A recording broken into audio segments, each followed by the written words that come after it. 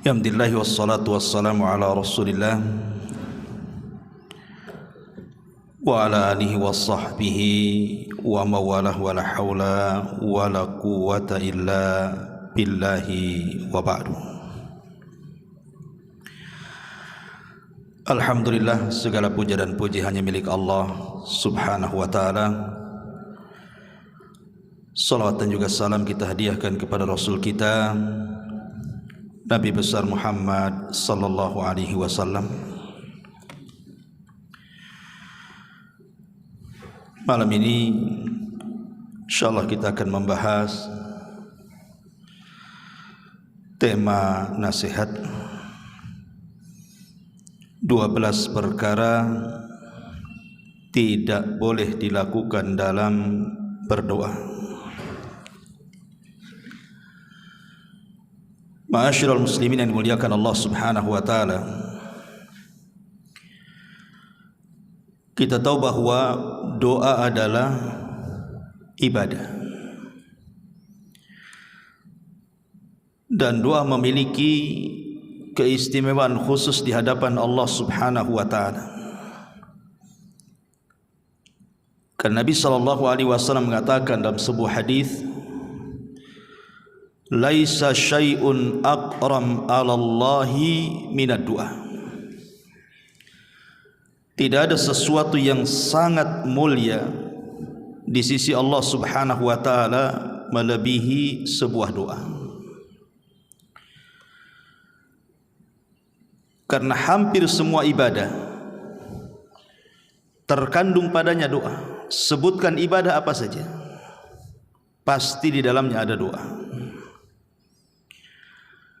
Lah doa sendiri, kalau kita mengupas secara dalam, banyak faedah dan manfaat yang kita akan dapati.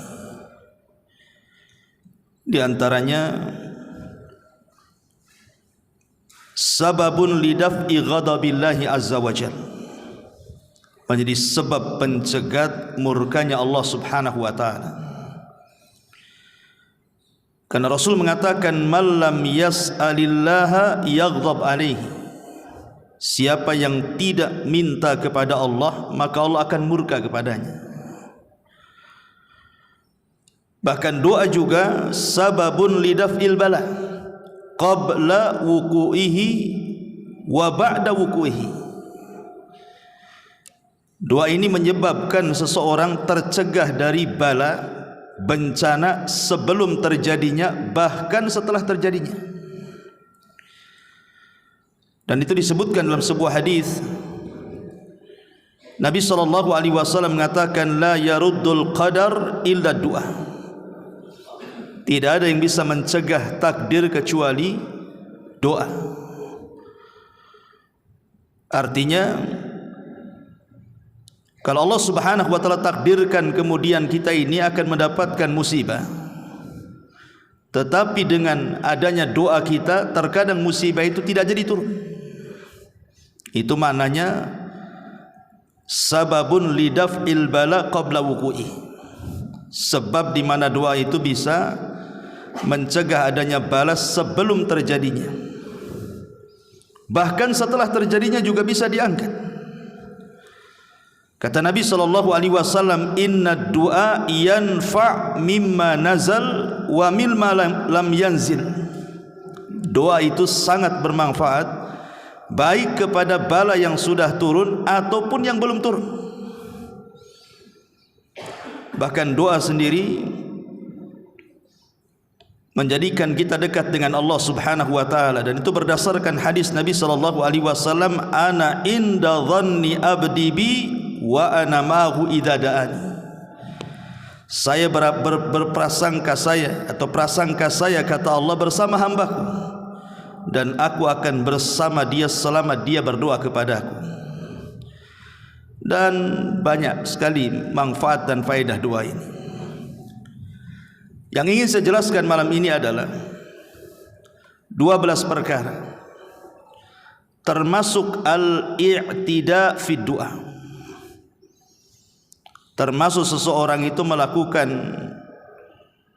hal-hal yang justru dengan doanya bukan hanya ditolak, tetapi boleh jadi mungkin mendapatkan dosa. Apa saja 12 perkara ini? Pertama, berdoa dengan menggunakan lafaz-lafaz syirik ataupun bid'ah. Di dalam surah Jin ayat 18 Allah mengatakan wa annal masajida lillahi fala tad'u ma'allahi ahada. Dan masjid-masjid itu milik Allah, janganlah kalian berdoa bersama Allah siapapun. Karena kalau kita berdoa kemudian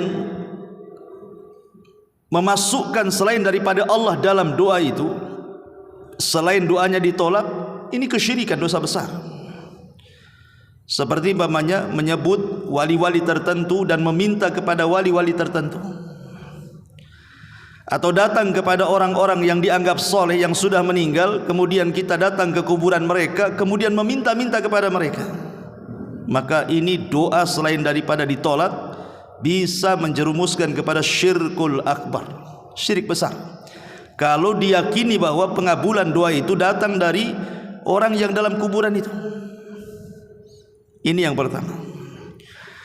Yang kedua, berdoa tetapi dalam isi doa itu mengandung hal-hal yang diharamkan Allah atau perbuatan dosa.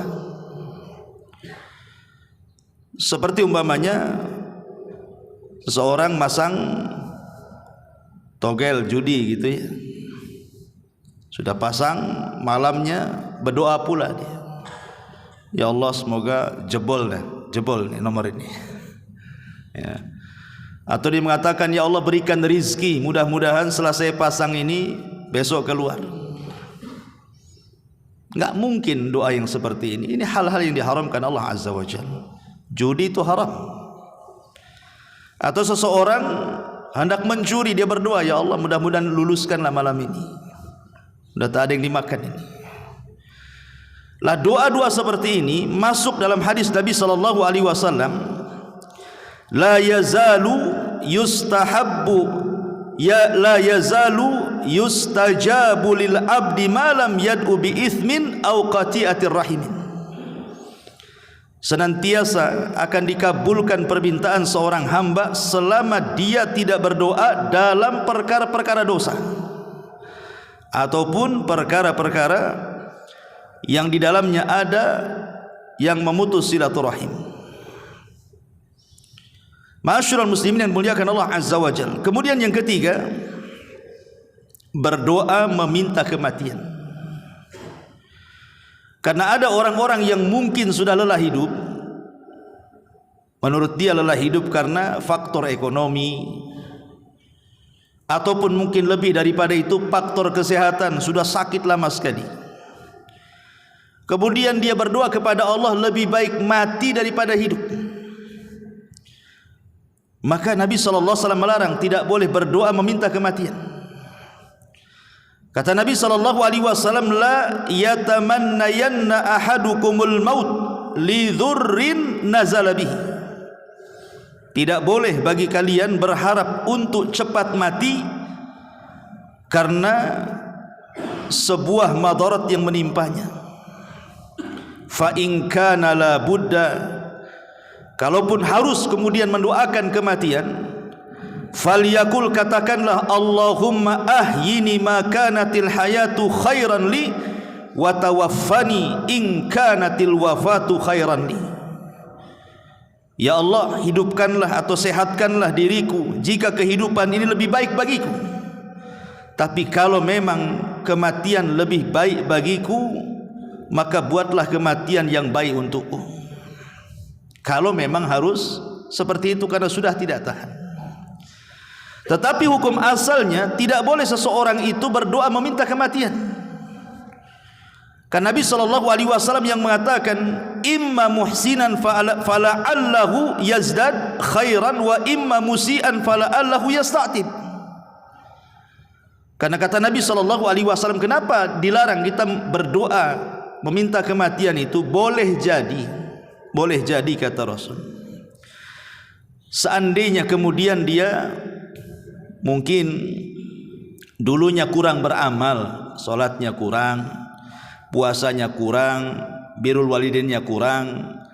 Tiba-tiba satu waktu kemudian dia sakit, Allah sembuhkan, maka dia bisa menambah amal solehnya. Ataupun mungkin kalau dia orang jahat, kemudian dia sakit terkapar, boleh jadi kalau seandainya Allah sehatkan adalah kesempatan taubat kepada Allah Azza wa Jalla. Makanya dua perkara inilah yang kemudian melarang kita berdoa minta kematian. Tidak boleh kita berdoa meminta kematian. Karena nanti di akhir zaman, kata Nabi SAW, ada orang-orang yang melintasi kuburan, kemudian dia mengatakan, seandainya aku yang berada di posisi dia, katanya. Karena sudah tidak tahan dengan fitnah yang melanda. Dan itu sudah banyak sekali di negeri kita ini, orang-orang yang berdoa seperti itu. Bahkan bukan hanya berdoa, betul-betul dilaksanakan, bunuh diri dia, kan begitu. Kemudian yang keempat, mendoakan kehancuran kepada orang-orang yang tidak berhak sebenarnya Allah untuk membinasakan. Orang ini tidak berhak dibinasakan Allah, kenapa kita mendoakan dia supaya binasa? Maka tidak boleh kita ini berdoa keburukan kepada orang untuk dihancurkan, dibinasakan, ditenggelamkan dan begitu seterusnya, padahal orang ini tidak layak untuk itu. Makanya Nabi SAW mengatakan, la tad'u ala anfusikum wala auladikum wala amwalikum la tuwafiqus sa'ata ijabatin. Janganlah kalian mendoakan keburukan, kejelekan, kehancuran kepada diri kalian sendiri, atau kepada anak-anak kalian, atau kepada harta benda kalian. Janganlah sampai doa kalian bertepatan dengan waktu dikabulkannya doa, nanti jadi kenyataan. Tidak boleh seseorang itu mendoakan, mengutuk orang supaya binasa gitu, apalagi yang dikutuknya sesama muslim. Kepada keluarga kan seperti itu. Rata-rata nih biasanya orang-orang yang mendoakan seperti ini mungkin karena merasa disakiti atau dizalimi, sehingga terkadang doa yang disampaikan kepada orang yang menyakiti itu terkadang terkeluarlah kalimat laknat, kalimat kehancuran, kebinasaan. Kata ulama, kalaupun kita harus mendoakan orang yang menyakiti kita, maka doakan sesuai dengan kezalimannya. Jangan melebihi doa dari yang dizaliminya. Dia menyakiti tak seberapa sama kita, tapi kita doanya ngeri kali. Itu maksudnya. Boleh jadi mungkin dia hanya menggibah kita, atau mungkin ikut memfitnah kita hari itu saja mungkin. Sebelum-sebelumnya dia baik, tapi karena sakit hatinya kita, akhirnya kita mendoakan berlebihan dari apa yang ia lakukan kepada kita. Ya Allah, matikan aja dia itu, tabrak aja dia. Oh, ini gimana ceritanya? Enggak boleh kita ini mendoakan walaupun dia zalim sama kita.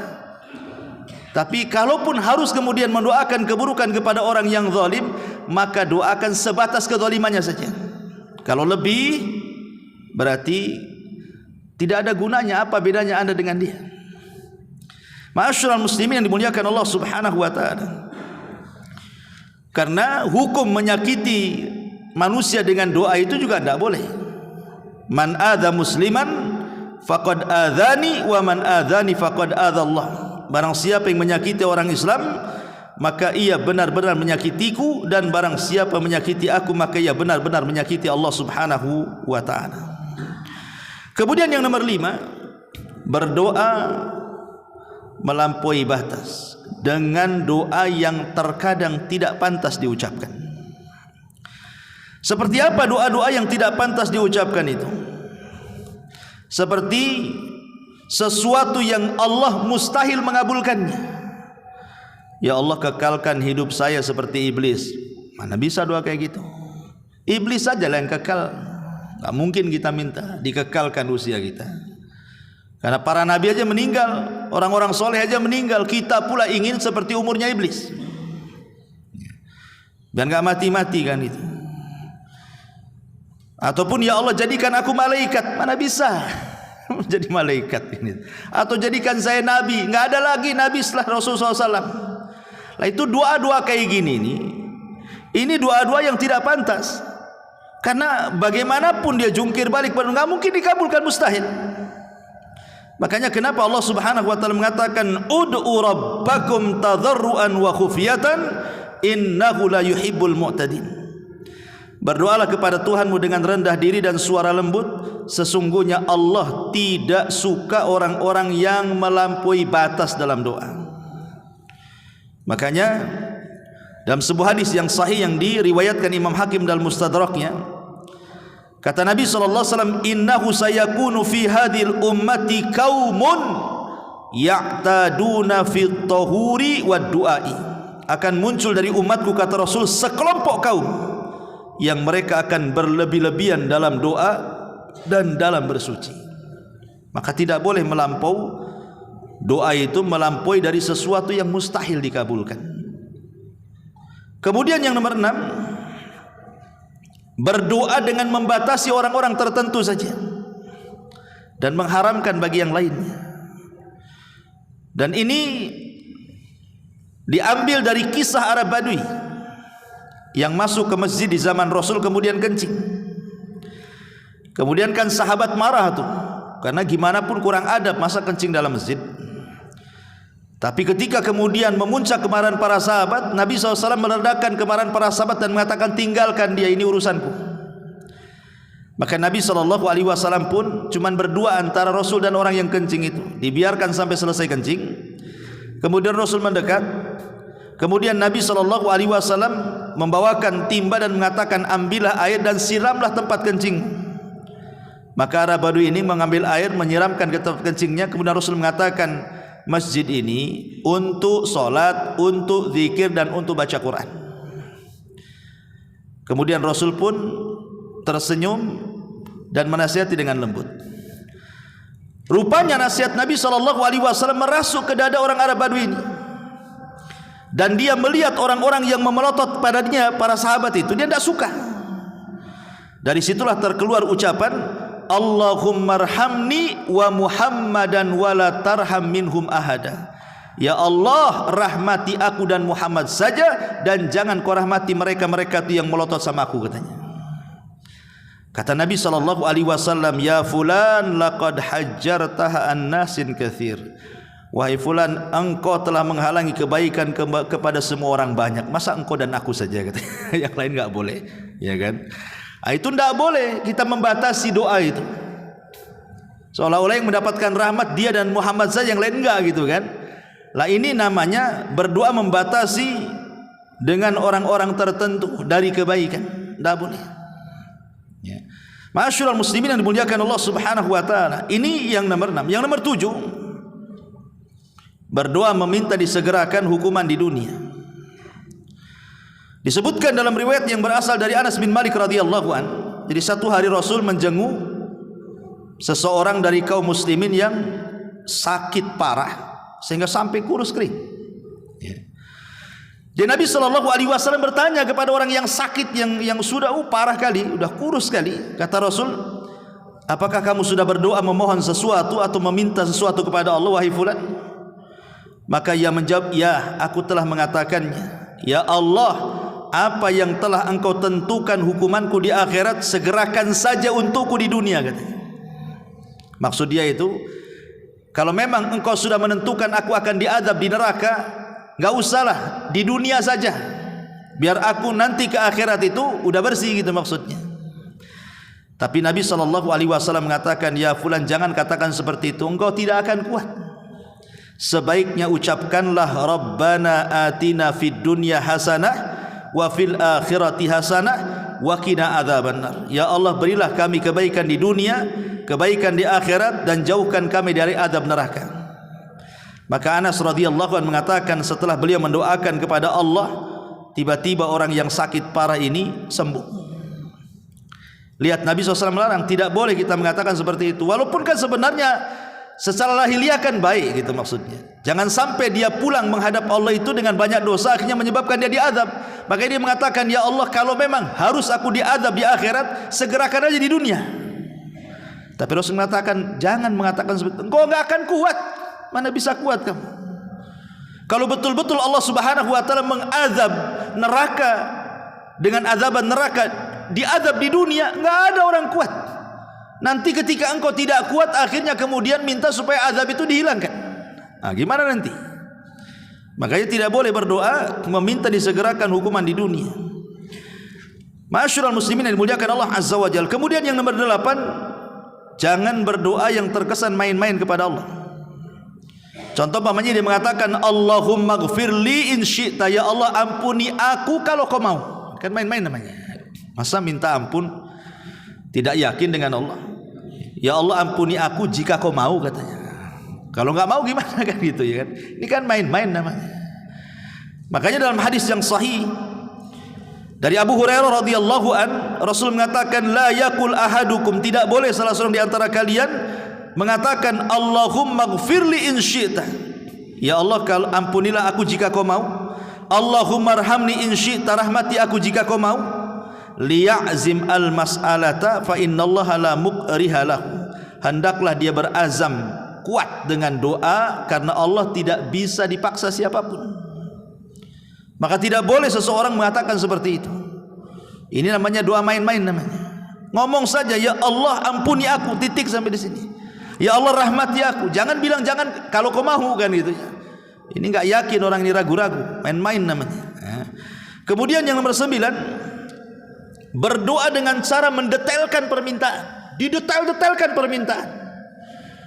Ya Allah minta rumah kalau bisa di hook, kamarnya 3 gitu, pakai keramiknya, lantainya, semua didetailkan. Ngapain berdoa kayak gitu? Ya Allah berikan mobil, mereknya ini, kursinya sekian, warnanya sekian, engineer-nya. Nggak usah didetail-detailkan kayak gitu doa tuh.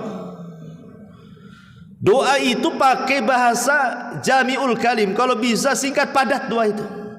Tidak perlu detail-detailkan. Ma'asyiral muslimin yang dimuliakan Allah Subhanahu wa taala. Makanya disebutkan dalam hadis Abdullah ibn Mughaffal, dia mendengar anaknya mengatakan, Allahumma inni as'alukal qasral abyad an yaminil jannah idza dakhaltuha. Ya Allah, aku meminta kepadamu istana warnanya putih di samping sebelah kanan sorga kalau aku masuk di dalamnya, katanya. Faqal, maka dia mengatakan, ai bunayya salillah al jannah wa ta'udzu billahi minan nar. Enggak perlu kau ngomong begitu, cukup minta sorga, jauhkan neraka gitu. Enggak usah disebut-sebut warnanya di samping sini, samping sana kan gitu ya. Cukup minta masuk sorga itu sudah cukup. Minta dijauhi dari neraka. Enggak perlu doa itu detail-detail sekali. Karena kalau kita lihat doa-doa yang diajarkan Rasul kepada kita itu semuanya singkat padat syarat makna. Karena Nabi itu dilebihkan dari seluruh para Nabi, mampu mengucapkan sesuatu yang sifatnya itu jawami'ul kalim, singkat tetapi padat syarat makna. Itu ucapan Nabi. Karena kalau kita mendetail-detailkan sedetail doa itu tidak namanya, melampaui dalam berdoa. Kemudian yang nomor 10, berdoa diselingi dengan musik. Kita sering mendengar, biasanya di acara-acara biasanya kan, nanti satu orang pegang kertas isinya doa, nanti ada lirik musiknya pula dari belakang. Jadi nangis itu bukan isi doa yang didengar, karena lantunan musiknya itu yang buat dia nangis. Jadi Anda menangis itu karena dengar musik, atau karena isi doanya, atau dua-duanya? Ma'asyiral muslimin yang dimuliakan Allah Subhanahu wa taala, asal doa itu adalah tadarrur. Kita merendahkan diri kepada Allah. Kita menjadi hamba Allah Subhanahu wa taala. Itu asal doa, merendahkan diri kepada Allah. Kalau sudah diiringi musik itu hilang semuanya itu. Karena kalaupun dia terasa syahdu, terasa khusyuk, terasa nangis, itu bukan semata-mata karena isi doanya itu. Bahkan terkadang enggak menghayati isi doanya, yang dihayati itu musik-musiknya itulah makanya. Maka sebaiknya doa jangan diselingi musik. Ma'asyiral muslimin yang dimuliakan Allah Subhanahu wa taala.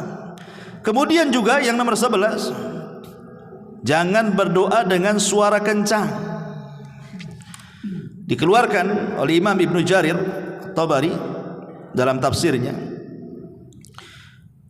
Jadi ada seorang laki-laki datang kepada Nabi SAW dan berkata, "Ya Rasulullah, aqaribun rabbuna fanunajihi am ba'idun fanunadihi." Rasul, Rabb kami ini dekat ataukah jauh? Kalau dekat ya kita bisik-bisik, kalau jauh kita teriak-teriak, katanya. Ini Arab Badui ini. Dia nanya, "Rasul, Allah itu dekat atau jauh sih?" Kalau memang dia dekat kita bisik-bisik, katanya. Kalau dia jauh kita teriak-teriak aja, katanya. Maka Nabi SAW terdiam sampai turun ayat. Allah mengatakan, "Wa idza sa'alaka ibadi anni fa inni qarib ujibu da'watad da'i idza da'an falyastajibu li wal yu'minu bila allahum yarshudun." Apabila hamba-hambaku bertanya kepada wahai Muhammad soal aku, kata Allah, aku dekat. Aku ini dekat. Aku mengabulkan setiap doa orang yang berdoa. Artinya bahwa tidak perlu berdoa itu teriak-teriak. Tidak perlu doa itu kemudian kencang-kencang, tidak. Doa itu khufiyah. Khufiyah itu ya lirih suaranya. Cukuplah kita tahu, kita yang tahu dengan Allah Azza wa Jalla. Tak perlu berteriak-teriak, karena ini bagian daripada i'tidah, melampaui batas dalam berdoa justru tidak akan dikabulkan, bahkan justru bisa saja kemudian menyelisih nas yang diajarkan kepada kita, "Wa idza sa'alaka ibadi anni fa inni qarib." Dan yang terakhir, ma'asyiral muslimin yang dimuliakan Allah Azza wa Jalla, berdoa dengan sesuatu yang mustahil. Tadi sudah disebutkan di awalnya. Tetapi yang mustahil ini untuk menyakiti orang. Dan mengatakan pamannya, dia mengatakan, "Ya fulan, orang itu sudah menyakiti aku. Nanti kalau masuk neraka kekalkan saja." Tidak bisa kita ini menjustice seperti itu, orang masuk neraka kekal di dalamnya. Bisa saja yang mendoakan seperti itu dia pula yang masuk neraka, yang didoakan pula masuk surga. Dan ini terjadi di zaman Bani Israel.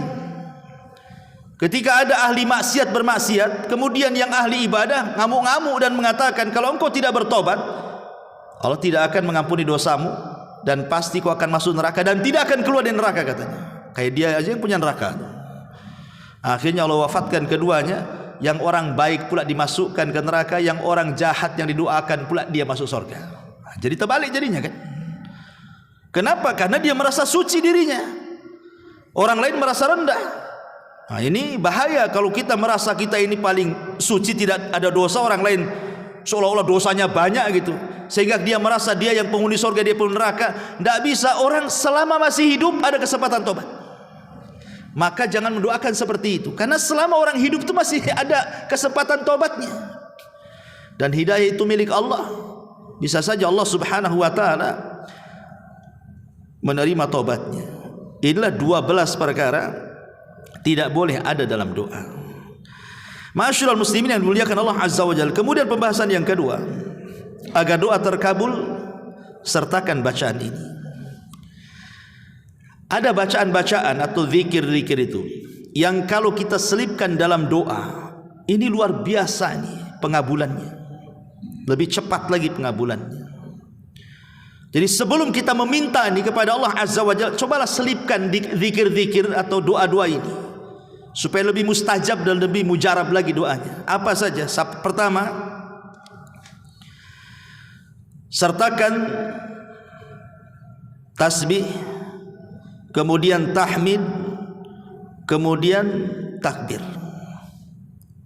Tasbih, tahmid, takbir. Dan itu berdasarkan hadis Ummu Salamah radhiyallahu an. Dan hadis ini dihasankan oleh para ulama, di mana ja'at Ummu Sulaim. Ummu Sulaim datang kepada Nabi sallallahu alaihi wasallam.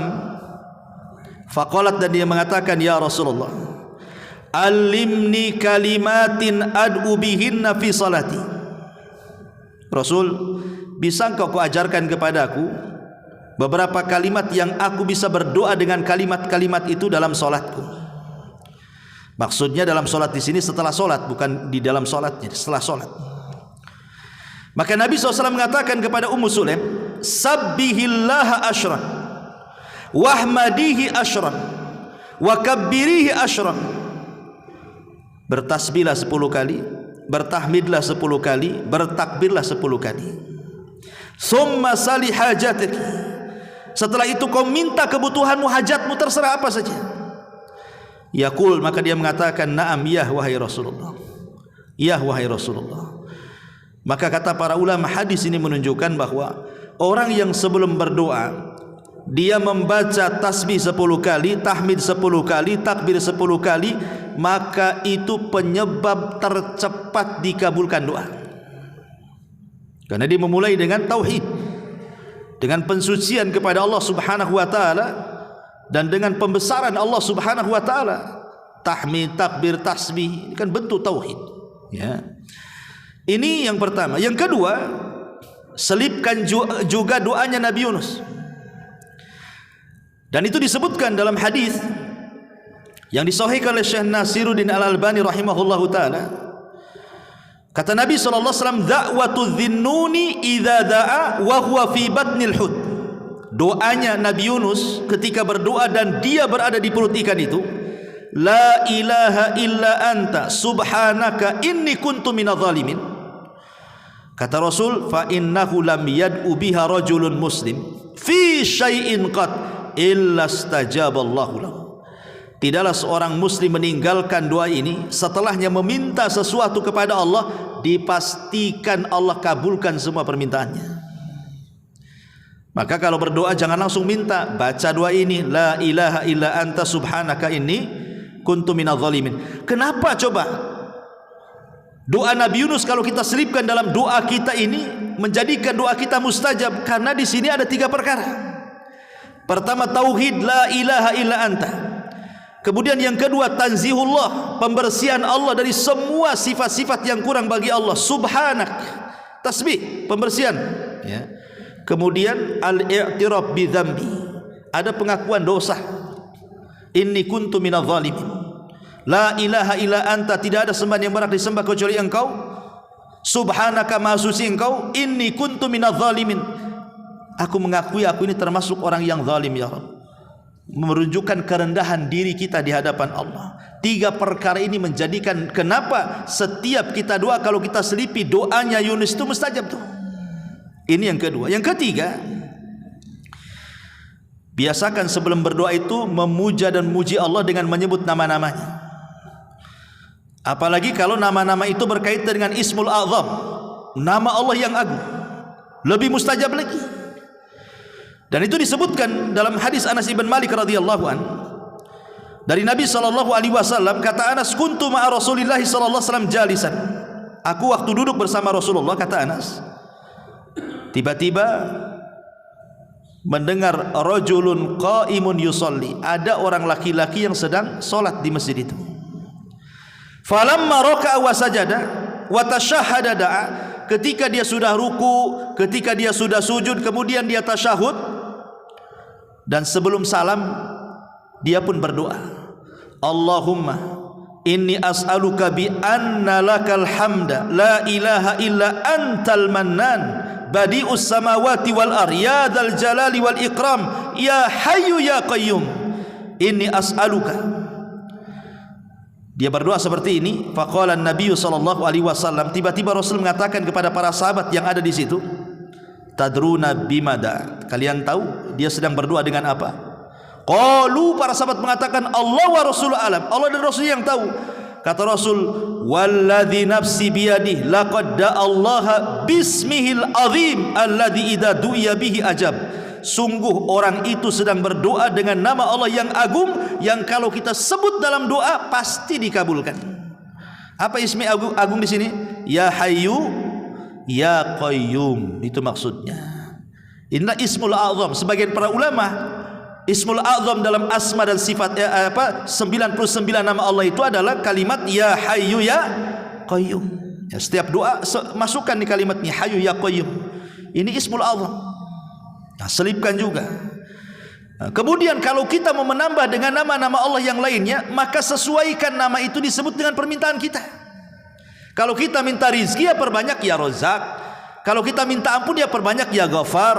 Kalau kita sakit ingin disembuhkan, Ya Rahman Ya Rahim, kan itu. Minta kasih sayang Allah. Ya, jadi setiap doa itu ketika menyebut nama-namanya dalam bentuk tawasul kepada nama-namanya, sesuaikan dengan permintaan gitu maksudnya. Ini yang ketiga. Yang keempat, sebelum berdoa bersalawatlah kepada Nabi. Kan Nabi SAW mengatakan kullu du'ain mahjub hatta yusalla ala nabi, hatta yusalli ala nabi. Setiap doa terhalang antara dia dengan Allah sampai dia bersolawat. Jadi walaupun kita berdoa kepada Allah panjang lebar sampai menangis-nangis, kalau tidak bersolawat mahjub kata Rasul, terhalang antara dia dengan Allah. Makanya salat itu penting. Tentu salawat-salawat yang syar'i, dan seafdol-afdolnya salawat kata Ibnul Qayyim adalah salawat Ibrahimiyah. Salawat yang paling afdol itu adalah salawat Ibrahimiyah. Apa salat Ibrahimiyah? Salat yang antum baca dalam tasyahud itu. Itulah salat Ibrahimiyah. Allahumma shalli ala Muhammad wa ala ali Muhammad kama shallaita ala Ibrahim wa ala ali Ibrahim innaka Hamidum Majid. Allahumma barik ala Muhammad wa ala ali Muhammad kama barakta ala Ibrahim wa ala ali Ibrahim innaka Hamidum Majid. Inilah salawat yang paling afdal. Nah, kalau antum mau baca doa, salat ini bukan hanya dibaca ketika salat saja. Ya, bisa dibaca di luar salat karena ini salawat yang paling afdal ini. Nah, selipkan juga salawat. Ya kalau ini terlalu panjang ya salat biasalah. Allahumma sholli ala Muhammad kan gitu ya. Ini yang nomor 4. Yang nomor 5, beristighfar. Beristighfar sebelum doa itu astagfirullah, astagfirullah, astagfirullah. Minta dulu. Minta ampun akan dosa-dosanya. Makanya Imam Ibnul Qayyim rahimahullahu taala mengatakan dalam kitabnya Al-Jawabil Kafi, Al-Jawabil Kafi dia mengatakan, maka idza jama'a ma'ad du'a hudurul qalbi. Kalau seseorang itu mengumpulkan doa dengan ditampakkannya hati, dihadirkannya hati gitu. Kemudian di ujung kata-kata beliau, "Tsumma qadima baina yaday hajatihi at-taubatu wal istighfar." Kemudian sebelum dia meminta hajatnya kepada Allah, dia dahulukan tobat dan istighfar, astagfirullah, astagfirullah. Kata Imam Ibnul Qayyim, "Fa inna hadzal du'a la yakad yuraddu abada." Maka doa ini hampir-hampir tidak ditolak Allah sama sekali. Makanya kalau kita lihat para nabi dan rasul, mereka mewasiatkan kepada anak-anak mereka dan umatnya itu justru memperbanyak istighfar. Contoh Nabi Ayub alaihissalam, Nabi Yakub alaihissalam. Nabi Yakub alaihi salatu wassalam itu kalau sepertiga malam akhir, maka dia bangunkan anak-anaknya itu. Kemudian mengatakan, beristighfarlah kalian. Fa inni astaghfiru lakum rabbi. Saya akan beristighfar untuk kalian kepada Rabbku. Maka kemudian mulailah Nabi Yakub berdoa, kemudian diaminkan anak-anaknya, dan itu setiap sepertiga malam akhir. Ataupun Nuh alaihi salatu wassalam mengatakan dalam Al-Quran dalam surah Nuh ayat 10-12 Nuh, faqultu astaghfiru rabbakum innahu kana ghafar. Wahai kaumku, banyak-banyaklah istighfar karena Allah itu zat yang maha pengampun. Apa akibatnya? Yursilis sama alaikum midrar. Dengan sebab istighfar kalian Allah hujani kalian. Wa yumdidkum bi amwali wa banin. Dengan sebab istighfar kalian Allah berikan kepada kalian harta melimpah dan anak-anak. Wa yaj'al lakum jannati wa yaj'al lakum anhara. Dan Allah jadikan kebun-kebun yang subur dan sungai-sungai yang mengalir air dalamnya. Lihat bagaimana faedah istighfar di sini. Ini yang ke-5. Yang ke-6, bertawasul. Bertawasul dengan amal soleh. Kalau kita menghendaki berhajat sesuatu ini, bertawasul. Makanya kenapa Rasul mengatakan la tahqiranna minal ma'rufi syai'a, jangan remehkan sekecil apapun kebaikan. Boleh jadi yang kecil itu dipenuhi dengan keikhlasan. Lah itu kita hajatkan ketika doa. Ya Allah, ya, saya tempo hari datang ke panti asuhan. Saya sumbanglah panti asuhan itu. Kalau memang ada pahalanya ya Rabb, tolonglah saya berhajat hari ini. Saya lagi sakit, sembuhkan. Saya lagi susah ekonomi, berikanlah jalan keluar, dan begitu seterusnya. Begitu. Kita ingat-ingat kira-kira amalan yang menurut antum paling ikhlas itu yang mana? Itu sebut-sebut di situ dalam doa tuh. Itu namanya tawasul dengan amal soleh. Seperti orang-orang yang terjerembab dalam gua, yang tidak mungkin selamat dari situ, tiga-tiganya bertawasul dengan amal soleh, akhirnya keluar dari doa, dari gua tuh. Nah, ini juga yang ke-6 ya. sertakan dengan tawasul kepada Allah Subhanahu wa taala. Inilah di antara bacaan-bacaan yang kalau bisa 6 bacaan ini, saya ulangi, yang pertama adalah apa tadi? Tasbih, takbir, tahmid 10 kali 10 kali. Kemudian yang kedua, berdoalah dengan doa Nabi Yunus. Kemudian yang ketiga, Asmaul Husna, kalau bisa ya Hayyu ya Qayyum Ismul Azam gitu. Kemudian yang keempat, bersolawat. Kemudian yang kelima, beristighfar. Dan yang terakhir, bertawasulah dengan amal soleh. Selipkan dalam setiap doa 6 perkara ini. Insya Allah, yakin biiznillah.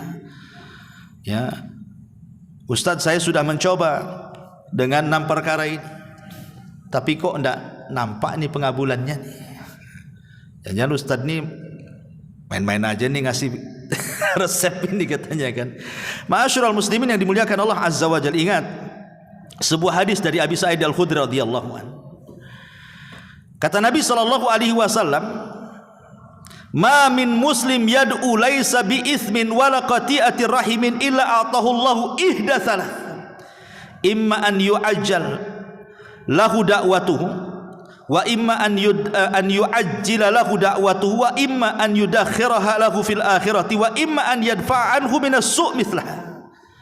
Kata Nabi sallallahu alaihi wasallam, tidak boleh seorang muslim kemudian berdoa yang isinya ada dosa dan memutus silaturahim, tetapi teruslah berdoa dengan kebaikan. Boleh jadi, kata Rasulullah, pengabulannya satu, Allah cash. Allah cash, kasih. Kita berdoa hari ini, besok pula dia dikabulkan. Atau memang tidak dikabulkan di dunia, tapi dikabulkannya nanti di akhirat, sebagai pengangkat derajat kita di sorga. Atau boleh jadi Allah mengabulkannya dengan cara lain. Boleh jadi Allah melindungi kita dari bahaya yang kalau seandainya bahaya datang kepada kita lebih daripada permintaan kita kepada Allah Azza wa Jalla. Dari sini kata para ulama, pengabulan doa itu ada 4 poin. Yang pertama, 4 poin itu tahsilu ainil matlub fi waqtil matlub. Terkadang Allah kabulkan di waktu kita minta, Allah kasih. Di waktu kita minta, Allah kasih. Ini yang pertama. Yang kedua, wujuduhu fi waqtin akhar li hikmatin iqtadat ta'khirahu. Atau memang sengaja diulur-ulur, mintanya sekarang, tahun depan pula baru dijabah. Mintanya sekarang, bulan depan pula baru dijabah. Kenapa demikian? Boleh jadi ada hikmah yang kita tidak tahu. Allah tahu. Ya, kenapa kemudian diulur-ulur itu? Kenapa? Boleh jadi dengan musibah itu akhirnya dosa-dosa kita hilang, kemudian derajat kita naik gitu, dan begitu seterusnya. Baru Allah kabulkan setelah lama gitu ya. Atau mungkin yang ketiga, daf'us syarri badalihi au i'ta khairun akhar khairun min matlubi.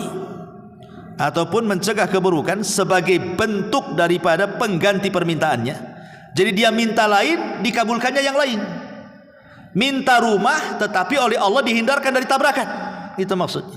Kita minta rumah, ya Allah saya sudah lama ngontrak ini. Tahu-tahu nggak dikabulkan tuh, tetap ngontrak, tapi Allah selamatkan dari bahaya dia. Nah, boleh jadi seperti itu pengabulannya, ya. Atau boleh jadi dia minta yang ini tapi dikasih yang lebih baik gitu. Ya Allah, saya pengen nikah dengan janda, dapat gadis, umpamanya kan. Nah, itu kan lebih baik namanya kan. Bisa saja yang diminta itu sedikit tapi dikasih banyak. Boleh jadi, tapi mungkin ada waktu yang kita tidak tahu sampai kapan. Kemudian yang keempat, ataupun iddikharuhu liyaumin yakunu ahwaj ila thawabihi, atau sengaja disimpan oleh Allah Azza wa Jalla untuk menghadapi satu hari di mana kita perlu pahala untuk menyelamatkan kita. Ya, maksudnya pada hari kiamat. Ketika kita ini tidak punya pahala, tahu-tahu pahala doa kita muncul menolong kita sebagai syafaat. Ini makanya bisa saja dalam bentuk syafaat kelak pada hari kiamat, atau dalam bentuk pengangkat derajat kita di sorga. Ya, makanya jangan pernah bosan berdoa. Tidak dikabulkan di dunia, di akhirat. Karena Allah itu maha tahu. Allah maha tahu. Dia yang menciptakan kita. Dia mengontrol kita 24 jam. Tidak pernah 1 menit pun kita ini lepas dari kontrolan Allah. Sehingga Allah tahu tentang kita. Terkadang orang ini sakit, sengaja Allah tidak sembuh-sembuhkan, sebab kalau dia sembuh jahat nanti dia. Atau sengaja dia sehat terus, kalau dibuat sakit nanti putus asa dia. Atau dia kaya terus, kalau dia miskin nanti dia kufur. Atau dia miskin terus, kalau dijadikan kaya nanti jadi jahat sekali dia. Itu semua kan hikmah Allah, kita tidak tahu. Bersyukurlah, namanya qanaah, pemberian Allah, itulah syukuri. La in syakartum la azidannakum wa la in kafartum inna adzabi lasyadid. Ma'asyiral muslimin yang dimuliakan Allah Subhanahu wa taala. Tetapi doa ini akan lebih mustajab lagi kalau kita sudah tahu keyakinan kapan Allah doa, kemudian disertakan dengan lafaz-lafaz tadi, kemudian hindari 12 tadi, akan lebih mustajab lagi doa itu, ikhwan, kalau seandainya bertepatan dengan waktu-waktu mustajab. Apa waktu-waktu mustajab? Pertama, waktu sahar. Waktu sahar itu maksudnya 1 jam sebelum subuh. Waktu sahar itu waktu yang Allah Subhanahu wa ta'ala dan para malaikatnya turun lagi tuh. Di situ waktu mustajab, sepertiga malam akhir itu. Itu waktu yang luar biasa. Secara kesehatan pun sehat di waktu itu. Secara pengabulan doa pun paling cepat dikabulkannya. Kemudian juga yang kedua, inda iftari shaim, bagi antum yang suka puasa, memang diberikan kekuatan untuk puasa sunnah Senin Kamis, maka sebelum berbuka tuh 5 menit tuh, itu waktu mustajab sekali itu. Kemudian yang ketiga, bainal adzanai wal iqamah, di antara dua azan, di antara azan dan qomat. Bainal adzanaini shalah, di antara dua azan, maksudnya azan ke qomat. Jadi kalau antum yang sholat jamaah ke masjid ini, yang datang setelah azan belum qomat, setelah sholat sunnah rawatib masih ada waktu, jangan sia-siakan berdoa, itu waktu mustajab. Kemudian yang keempat, inda jalsatil khatib bainal khutbataini, ketika khatib ini kan 2 khutbah tuh Jumat tuh. Di tengah-tengah 2 khutbah itu ada duduk istirahat. Disitulah mustajab doa. Ya. Kemudian yang nomor 5, inda nuzulil ghais awil matar, ketika turun hujan, karena hujan itu turun rahmat. Mumpung turun rahmat berdoa, itu mustajab tuh. Kemudian yang nomor 6, inda iltiqa'al jaish fisabilillah, ketika berkecamuk perang, kalau memang antum dalam peperangan, itu waktu mustajab. Kemudian yang ke-7, fi thuluthil lailil akhir, pada sepertiga malam akhir. Kalau yang pertama kan waktu sahar itu mendekati subuh. Kalau sepertiga malam akhir kan ditarik dari mungkin jam 1, jam 2 itu sudah mulai. Ya. Kemudian yang nomor 8, fis sujud, ketika sujud. Makanya Rasul mengatakan sungguh-sungguhlah kalian berdoa dalam sujud. Kenapa? Karena sujud itu waktu yang mantap ketika doa. Kenapa? Karena disitulah seorang hamba merendahkan diri kepada Allah. Wajah ini mulia, ketika diletakkan di tanah itu jadi hina. Tapi kehinaan itu kan diberikan kepada Allah, menunjukkan dia qimmatuz zulli, memang betul-betul sedang merendahkan kepada Allah. Maka orang yang merendahkan kepada Allah kemudian berdoa, tak mungkin Allah tidak mengijabah, ya. Kemudian yang nomor 9, fi adbaris salawatil mafruḍah, pada setiap selesai salat wajib. Tetapi saya arahkan jangan dulu berdoa meminta, selesaikan zikir dulu. Selesaikan zikir dulu, baru kalau zikir-zikir yang diajarkan Rasul sudah dibaca, ada waktu dan antum tidak tergesa-gesa, boleh berdoa setelah zikir tadi, ya. Kemudian yang nomor 10, fi sholati umuman, secara umum dalam kondisi sholat itu mustajab. Kan dalam kondisi sholat itu kan ada waktu-waktu doa yang kita boleh berdoa dengan apa saja. Seperti sujud, ketika sujud setelah kita membaca subhan rabbil a'la, ada waktu kita berdoa. Ataupun dalam tasawuf akhir setelah kita membaca tahiyat, syahadat, sholawat, kemudian perlindungan dari 4 perkara, di situ sebelum salam ada doa yang kata Rasul terserah mau doa apa saja, itu mustajab, ya. Kemudian yang nomor 11, fi auqatil idtirar, dalam kondisi susah, dalam kondisi kita kesusahan ekonomi, harusnya lebih mendekat diri kepada Allah, karena waktu anda itu mustajab itu. Amma yujibul mudtarra idada, siapa lagi orang-orang yang akan mengabulkan doa orang-orang yang sulit? Karena orang-orang susah itu tidak ada yang bersandar kepada siapapun kecuali kepada Allah. Mau bersandar sama siapa orang susah itu, ya. Kemudian yang nomor 12, fis safari, ketika safar, itu mustajab doanya. Kemudian yang nomor 13, fil maradi, ketika sedang sakit. Ketika sedang sakit itu mustajab doanya. Maka jangan sampai kemudian ketika seseorang sakit itu malah putus asa, disitulah waktu mustajab doa. Kemudian juga ketika mendengar nida, panggilan, ya, wa du'a indal ba'si, Maksudnya ketika mendengar panggilan azan, selepas azan itu, ya. Nah, itu masuk pada di antara dua adzan dan qomat lah itu ya. Atau antum yang berada di Arafah saat haji, ya, itu mustajab juga doa. Ataupun ketika menutup mata orang yang mati, ruhnya dicabut masih melotot, antum usap.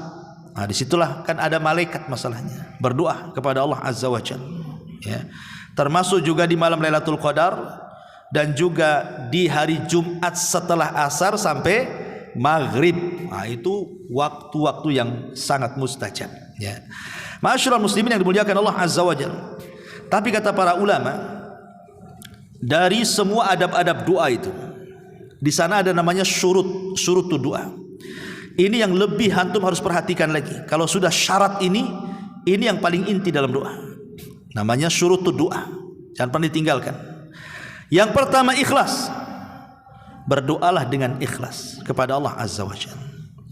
Yang kedua, berdoalah dengan kebaikan. Jangan berdoa isinya keburukan. Kemudian yang ketiga, di antara syaratnya kata para ulama, jangan tergesa-gesa. Tergesa-gesa itu maksudnya istijal itu apa? Aku sudah berdoa kok nggak dikabul-kabulkan ya. Nah, kalimat seperti ini jangan terkeluar. Karena banyak orang yang kemudian merasa bosan berdoa karena tidak dikabul-kabulkan, akhirnya nggak mau berdoa lagi. Saya sudah berdoa berkali-kali kok nggak dikabul-kabulkan. Justru kalimat itu tidak menjadikan doa tidak dikabulkan. Itu istijal namanya. Kemudian yang keempat, hudurul qalbi. Hadirkan hati. Anda ini sedang berhadapan dengan siapa? Dengan Allah Subhanahu wa taala, berarti perlu khusyuk di situ. Cari tempat yang bagus, yang bersih ya gitu. Minta kepada Allah ya. Kemudian yang nomor 5, itobatul ma'kan wal mashrab wal malbas. Usahakan jauh dari hal-hal yang diharamkan, baik makanan, minuman ataupun pakaian. Kemudian yang terakhir, bersalawat kepada Nabi SAW. Ini disebut syurutud doa namanya, syarat doa. Ya, yang 6 ini. Tentu dengan yang lain-lain tadi yang sudah saya jelaskan, maka doa itu akan lebih mantap lagi. Wallahu a'lam bishawab. Ini diantara faedah doa di malam ini. Mudah-mudahan ada manfaatnya. Subhanallah bihamdika, asyhadu an la ilaha illa anta astaghfiruka wa atubu ilaik.